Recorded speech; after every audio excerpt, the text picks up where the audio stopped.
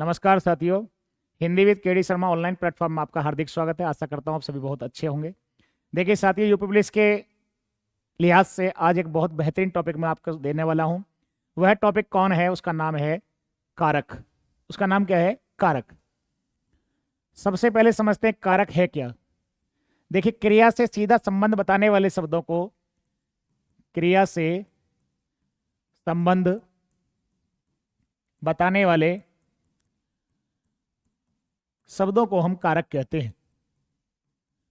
प्रत्येक कारक का अपना एक निश्चित चिन्ह होता है। उसी चिन्ह को हम विभक्ति कहते हैं या परसर्ग कहते हैं। क्या कहते हैं? परसर्ग कहते हैं।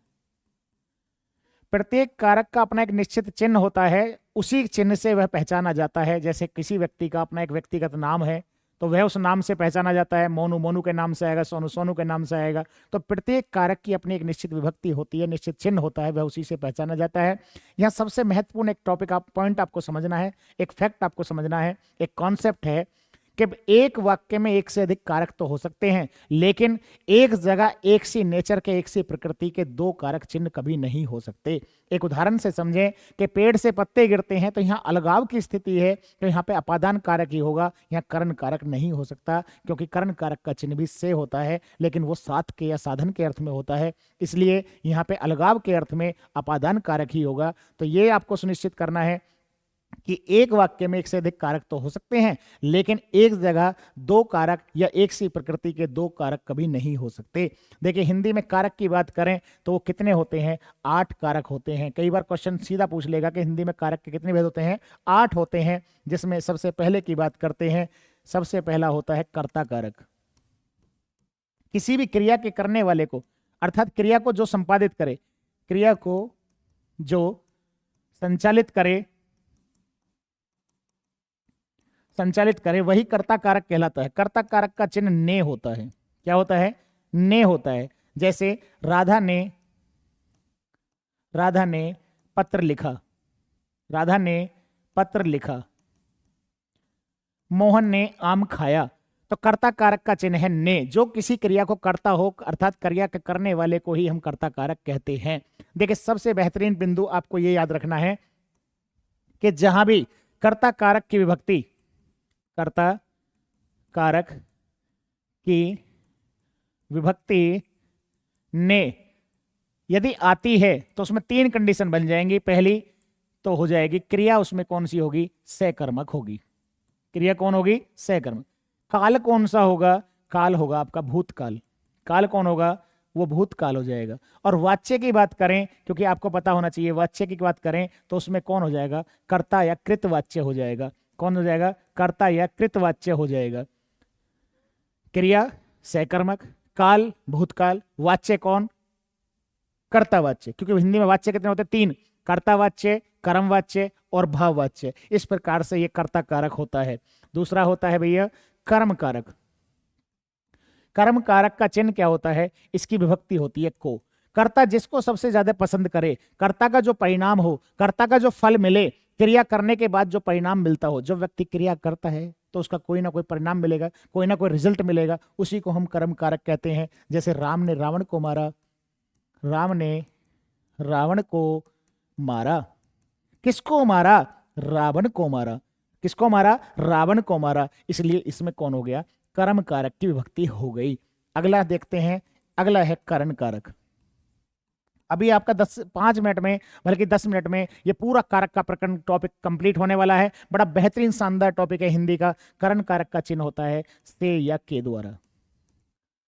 से या के द्वारा, अर्थात क्रिया के जो साधन का कार्य करे, क्रिया के जो साधन का कार्य करे उसे हम कौन कहते हैं? करण कारक कहते हैं, जिसके द्वारा कोई क्रिया की जाती हो। मैं मार्कर से लिखता हूं, मैं साइकिल से यहां आता हूं, मेरी बहन चश्मे से अखबार पढ़ती है, मेरी माँ चाकू से सब्जी काटती है। तो जो साधन का कार्य करता है उसे क्या कहते हैं? करण कारक कहा जाता है। अगला, कर्ण के बाद होता है संप्रदान। संप्रदान कारक, जिसका चिन्ह क्या होता है? के लिए। जिसके लिए कोई क्रिया की जाती हो, कोई भी व्यक्ति है जो करता है, वो किसी ना किसी उद्देश्य के लिए कोई ना कोई क्रिया करता है, और कर्ता के जो क्रिया करता है वो तो होता है कर्ता कारक। जो उसका परिणाम मिले वो होता है कर्म कारक, जिस साधन से करता है वो होता है करण कारक, और जिसके लिए वह क्रिया संपादित करता है वो कौन होता है, संप्रदान कारक। जैसे मोहन ने सोहन के लिए एक पत्र लिखा। किसके लिए लिखा, सोहन के लिए लिखा, तो यहां पे कौन हो जाएगा, संप्रदान, जिसके लिए कोई क्रिया की जाती हो। इसके बाद नेक्स्ट है आपका अपादान कारक। अपादान कारक का मतलब इसका भी चिन्ह से होता है, लेकिन किस अर्थ में होता है, अलगाव के अर्थ में होता है। अलगाव मतलब अलग होने के भाव में होता है। एक बड़ा ही फेमस और बदनाम सा क्वेश्चन है कि पेड़ से पत्ते गिरते हैं, पेड़ से पत्ते गिरते हैं, मेरी जेब से सिक्का गिरा, गंगा हिमालय से निकलती है, बिल्ली छत से कूदी, तो जब क्रिया किसी से अलग हो जाती है तो उस कंडीशन में कौन हो जाएगा, आपका अपादान कारक हो जाएगा। इसी क्रम में अगला है अपादान के बाद संबंध कारक। क्रिया का संज्ञा सर्वनाम से जो संबंध बताए, संज्ञा या सर्वनाम से जो संबंध बताए उसको हम संबंध कारक कहते हैं, जिसकी विभक्ति का, की, के होता है। इसकी मुख्य विभक्ति क्या है, का, की, के। जैसे लिखा जाए राजा का पुत्र, राजा का पुत्र आ रहा है, राजा का पुत्र आ रहा है। किसका पुत्र आ रहा है, राजा का। तो राजा का पुत्र से क्या है, संबंध बता रहा है, तो ये क्या हो जाएगा, संबंध कारक हो जाएगा। इसमें अगला कौन है, उसका नाम है अधिकरण। कौन है, अधिकरण कारक। अधिकरण कारक का चिन्ह क्या होता है, में या पर होता है, जो किसी के होने के आधार का बोध कराए, आधार का बोध कराए। जैसे मैं बेंच पर बैठा हूं, मैं बेंच पर बैठा हूं, अर्थात मेरे बैठने का आधार कौन है, बेंच है, तो इस पर में कौन सा हो गया, ये अधिकरण कारक हो गया। इसी क्रम में अगला है संबोधन कारक। संबोधन कारक जिससे कर्ता को, अर्थात क्रिया के करने वाले को संबोधित किया जाए, क्रिया के करने वाले को संबोधित किया जाए। इसका चिन्ह क्या होता है, हे या अरे होता है, हे या अरे होता है। जैसे हे भरत, हे भरत या हे राम, इस प्रकार से ये अधिकरण कारक होता है। देखिए साथियों, हम दो कॉलम बनाएं तो एक तरफ लिखें कारक, एक तरफ लिखें चिन्ह। कारक में सबसे पहला है कर्ता, कर्म, करण, संप्रदान, अपादान, संबंध और अधिकरण। और नेक्स्ट है संबोधन।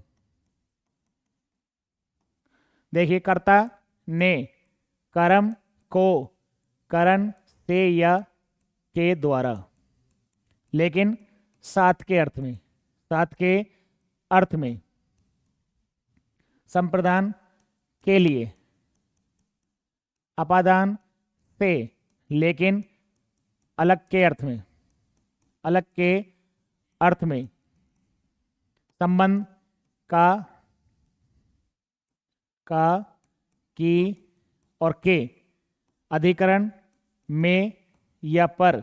संबोधन हे या अरे। इस प्रकार से ये 8 कारक हैं। कर्ता ने कर्म को करण से, संप्रदान के लिए, अपादान से, संबंध का की के, अधिकरण में पर, संबोधन हे अरे। ये 8 कारक हैं। 8 कारक की विभक्ति, 8 कारक के चिन्ह आपको याद होने चाहिए। परीक्षा में कहीं पूछ सकता है कि किस कारक का कौन सा चिन्ह है, तो इस प्रकार से ये कारक की विभक्ति और कारक के चिन्ह आपको याद होने चाहिए। बस इसमें एक बात और ध्यान से सुन लीजिए कि आपका संबोधन कारक जो है, संबोधन कारक संख्या की दृष्टि से, संख्या की दृष्टि से 8वां कारक है, लेकिन वाक्य की दृष्टि से, वाक्य की दृष्टि से ये प्रथम कारक है, क्योंकि वाक्य में कहाँ आएगा, प्रथम पहले नंबर पे आएगा। अब आपको देखिए, हे भरत, राम ने रावण को सीता के लिए सोने की लंका में, सोने की लंका में रथ से उतारकर